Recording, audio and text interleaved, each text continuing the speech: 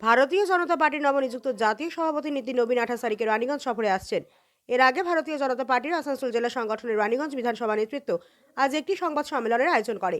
অনুষ্ঠানে উপস্থিত ছিলেন দলের জেলা ইনচার্জ বিবেক রাঙা, বিধানসভা আহ্বায়ক দীনেশ ধনী, বিধানসভা ইনচার্জ মৃত্যুঞ্জয় চাঁদ, বিধানসভা ইনচার্জ সাগর রায় এবং মণ্ডল সভাপতি শমশের সিং।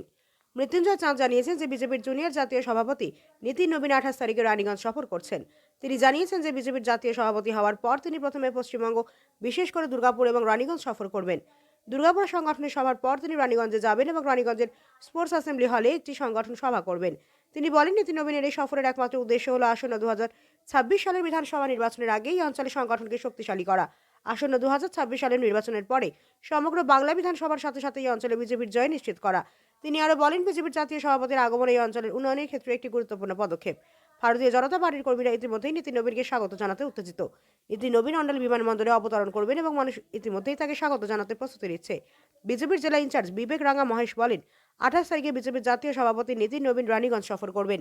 এখানে তিনি এই অঞ্চলের বিজেপি নেতা ও কর্মীদের সাথে একটি বৈঠক করবেন এবং আসন্ন 2026 সালের নির্বাচনের কৌশল নিয়ে আলোচনা করবেন। নীতিন নবীনের রানীগঞ্জ সফরের আগে তৃণমূল নেতারা আতঙ্কিত হয়ে পড়েছেন, সেই কারণেই তারা অযৌক্তিক বক্তব্য দিচ্ছেন। বিবেক রাঙা তৃণমূল কংগ্রেসকে ভ্যাম্পায়ারদের সাথে তুলনা করে বলেন যে তৃণমূল কংগ্রেসের কারণে গত 15 বছরে বাংলার পাশাপাশি রানীগঞ্জের উন্নয়ন সম্পূর্ণরূপে বন্ধ হয়ে গিয়েছে। 2026 সালের বিধানসভা নির্বাচনে প্রধানমন্ত্রী নরেন্দ্র মোদীর নেতৃত্বে বিজেপির জয়ের পর সমগ্র বাংলার পাশাপাশি রানীগঞ্জ এবং আশেপাশের এলাকায় উন্নয়ন ত্বরান্বিত হবে।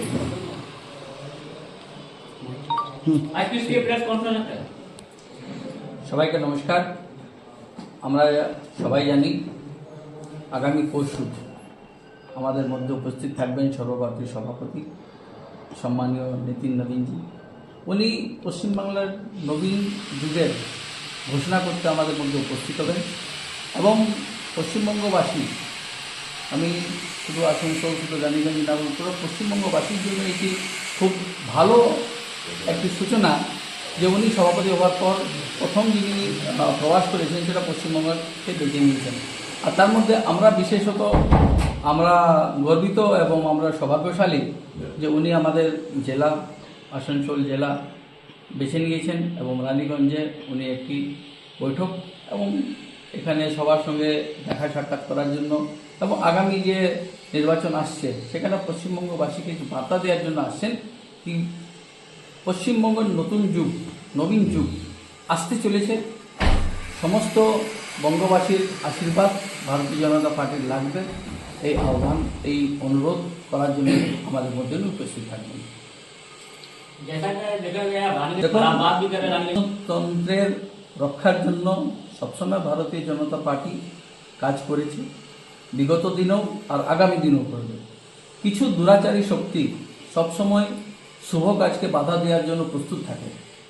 পশ্চিমবাংলায় রানীগঞ্জে দুরাচারী শক্তি রয়েছে, তৃণমূল কংগ্রেস নামক যে পিশাচ আছে তারা দুরাচারী শক্তি রয়েছে এবং তাদের দূত এই কথাগুলো ছাড়া কিছু বলতে পারে না।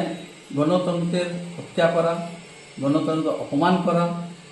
আজ এসআইআর শুধুমাত্র একটি প্রক্রিয়া যাতে আমাদের ভোটার লিস্ট স্বচ্ছ হয়, আমাদের ভোটার তালিকা যে আছে শুদ্ধ হয়, সেখানে অবৈধ ভোটার পরিষ্কার করা হয়।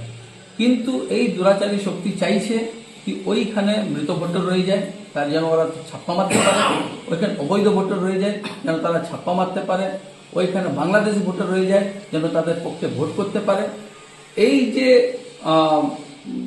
ভুয়া ভোটার, যে অবৈধ ভোটার, তারাই যে আছে তাদের জেতার মেন কারণ আছে। আর গণতন্ত্র রক্ষার স্বার্থে ভারতীয় জনতা পার্টি চাইছে এইখানে ভোটার লিস্ট শুদ্ধ হোক। নির্বাচন কমিশন নিজের কাজ করছে, আমরা নৈতিকভাবে, সাংগঠনিকভাবে এবং যে ভারতীয় নাগরিক হিসেবে এই গণতন্ত্রের রক্ষার যে কর্মসূচি নেওয়া হয়েছে এটা নির্বাচন কমিশনের দ্বারা, সেটাকে আমরা সমর্থন করি এবং আমরা চাই এসআইআর সুস্থভাবে হোক। আর যে যতই বাধা দিক, যে যতই ধমকি দিক, যে যতই চেঁচামেচি করুক, ভারতের যে সংবিধান, ভারতের যে গণতন্ত্র, তাকে রক্ষা করার জন্য যা করণীয় থাকবে বিজেপির সাংগঠনিক যে কার্যকর্তা বন্ধুরা আছেন তারা অবশ্যই করবে। পশ্চিমবঙ্গটা বিধানসভা, তার মধ্যে 3টা জিতেছেন এবং লোকসভা আগে আপনাদের ছিল, এখন তৃণমূলের দখলে। তো কিভাবে আপনাদের শক্তি বেড়েছে না এবারে নিতে পারবেন? দেখুন, এখন মানুষ পুরোপুরি প্রস্তুত হয়েছে তিতবিরক্ত হয়ে গেছে এই তৃণমূল নামকের যে দৈত্য শক্তি রয়েছে, সেখান থেকে তিতবিরক্ত হয়ে গেছে। মানুষ পুরোপুরি প্রস্তুত আছে এবার পরিবর্তন করার জন্য। আর এই যে আসানসোল সাংগঠনিক জেলা, এখানে যকটি বিধানসভা আছে, সে সমস্ত বিধানসভা আমরা আগামী যে নির্বাচন আসছে 2026 সালে আমরা জয়লাভ করতে চলেছি। মানুষের আশীর্বাদ আমাদের সঙ্গে রয়েছে। আর নবীন যুগ, এটা আমি বললাম এর আগেও, নবীন যুগের যে ঘোষণা আমাদের সর্বভারতীয় সভাপতি করবেন, তার ফলাফল আপনি নির্বাচনের ফলাফল সঙ্গে মিলিয়ে নিতে পারেন। যে একটা প্রশ্ন, তার আগে এই রানীগঞ্জ জায়গাটাকে বেছে নিয়েছেন, উনি তো দুর্গাপুরে মেলার উদ্বোধন করতে যাচ্ছেন, রানীগঞ্জ জায়গাটাকে কেন বেছে নিলেন? দেখুন, কেন এই জায়গাটাকেই বাঁচলেন আপনারা? এটাই আমি বলছি, আমাদের সৌভাগ্য। উনি আজকে আমাদের এই যে রাঢ়বঙ্গ জোন, আমাদের বিভিন্ন জোনে বিভক্ত আছে গোটা সংগঠন, গোটা পশ্চিমবাংলায় যে সংগঠন আছে তার মধ্যে রাঢ়বঙ্গ জোন একটি জোন আছে। তার মধ্যে আজ আমাদের আসানসোল সাংগঠনিক জেলা বেছে নিয়েছেন উনি। এটা আমাদের সৌভাগ্য ভালো কি আমাদের এখানে উনি এসছেন, আমাদের এখানে উনি বেছে নিয়েছেন, এবং এইখান থেকে যে ঘোষণা হবে বঙ্গ বিজয়ের, সে ঘোষণা তাতে আমাদের একটি গুরুত্বপূর্ণ ভূমিকা রয়ে গেছে। এটা সবসময় ইতিহাসে মনে করবেন। আমরা সবাই এখানে আসানসোল যারা দায়িত্বে আছি, আমাদের সাংগঠনিক জেলায় আমরা যারা আছি কার্যকর্তা বন্ধু, আমরা ধন্যবাদ জানাই আমাদের সর্বভারতীয় সভাপতিকে কি আমাদের উপরে এত বড় একটি আমাদের গর্বিত করার জন্য আমরা সবাই ধন্যবাদ জানাই।